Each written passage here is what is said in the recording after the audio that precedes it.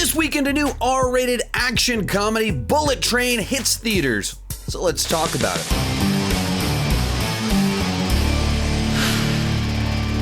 Hi, my name is Shannon, and I love to talk about movies and TV way too much. With that in mind, go ahead and join me down below in the comment section. Let me know, what did you think about the movie Bullet Train? Did you love it? Did you hate it? Are you somewhere in the middle?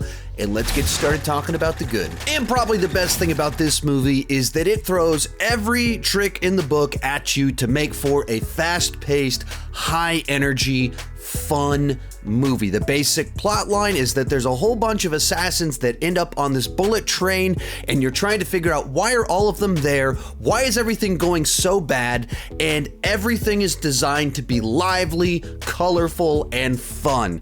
Each of the characters has something interesting and vibrant about them. They have a backstory that ties into this whole thing, some interesting way about they kill people. They're all played by charismatic actors that just have a screen presence, and they're in a movie where they're instructed to just go all out, having tons and tons of fun. Probably the standouts here were Lemon and Tangerine, the twins that they're kind of introduced as being these, horrible serial killer type people because of these missions that they've been on before, but they're so endearing. They're so charming that you just want more of them on screen throughout the entire film. But, you got Brad Pitt thrown into the mix. You got Michael Shannon showing up. Everyone here is an absolute blast to see. There's also a few cameos. A few of them were revealed in the marketing, or at least one of them was revealed in the marketing, and there's a couple more that I was not aware of that would take place.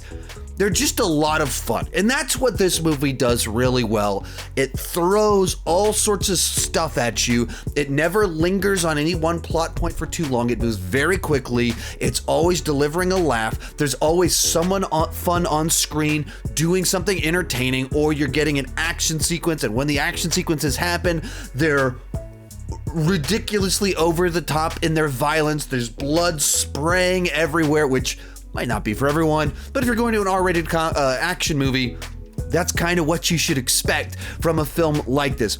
Also, on a stylistic level, this is kind of like if Guy Ritchie directed an action movie. That's what this feels like. Guy Ritchie, circa 2001, decides to direct an action movie. That's what this feels like, both in the style visually, as well as the storytelling. If you've seen Lock, Stock, and Two Smoking Barrels, if you've seen Snatch, that style, doing an action movie with assassins on a bullet train, with lots of influence from samurai movies, Hong Kong cinema, all of that, that's what this movie is. Even Brad Pitt was one of the stars of the movie Snatch. Brad Pitt is one of the stars of this movie. Ensemble cast, layered storytelling where you don't know how all these plot lines intertwine, but you know they're all moving towards something. That's what Guy Ritchie did with his movies. That's exactly what this is doing.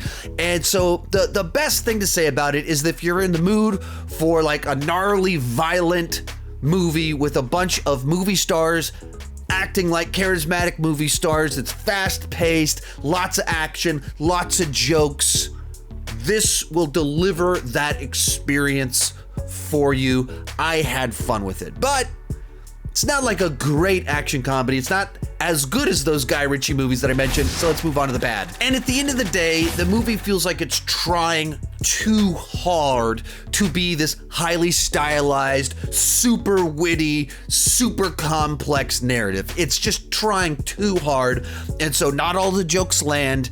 At times, it feels like it's like going so far into trying to give you this backstory for every little thing that it's just too much. At one point in time, you're very deep into the film, and the movie gives you the backstory of a water bottle. Mildly amusing, but also okay guys, too far, too much. You gave me the backstory for a water bottle. What are we doing here?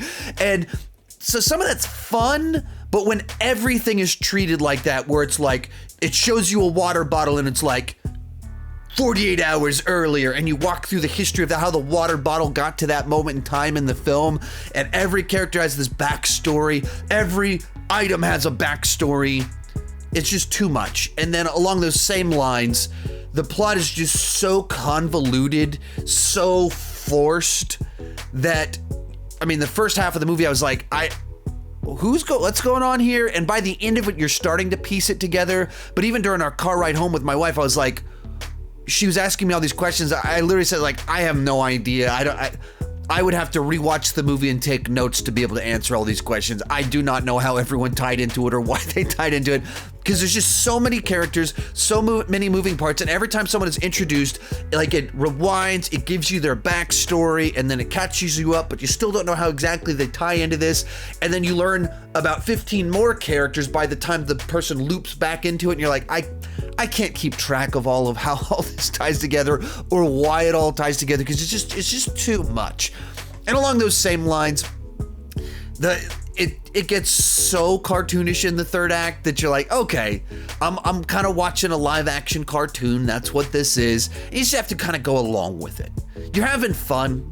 Everyone's charismatic. Everything's so lively, but it is very cartoonish. And the more you go into it, the more it's like, okay, yeah, it's just whatever can happen happens for whatever reason the writers decided based off who they want to make it into until the credits roll. Like, just whatever can happen, because wow, that was pretty ridiculous. And they try and justify some of this where certain characters are obsessed with their bad luck or their good luck, and so there's like these philosophical discussions kind of going throughout the whole movie. But like, you get to some stuff that happens with the train in the final 5 minutes and Brad Pitt's character, and you're like, right, I mean, this is a cartoon. This is just a cartoon at this point in time. So I had a lot of fun with it. I enjoyed it, but it certainly was way too convoluted. There was too much kind of going on. It was trying too hard at certain points in time. So not a fantastic film, a good time at the movies that I enjoyed. I wouldn't remind watching again. I'm not rushing out to watch this film again. If you're just in the mood for a fast-paced movie filled with movie stars doing movie-star type things that's kind of in the style of Guy Ritchie as an ultra-violent R-rated action film, you'll have some fun with it. Overall, I'll give it a B, a 7.5 on the entertainment scale. And I'd say, there's no reason to rush out to go see this one, but if you can see it on a matinee, it's worth it. If you enjoyed this video, got more like it, check out that playlist right over there with my other 2022 movie reviews. Thank you so much for watching, and keep talking movies too much. Bye-bye.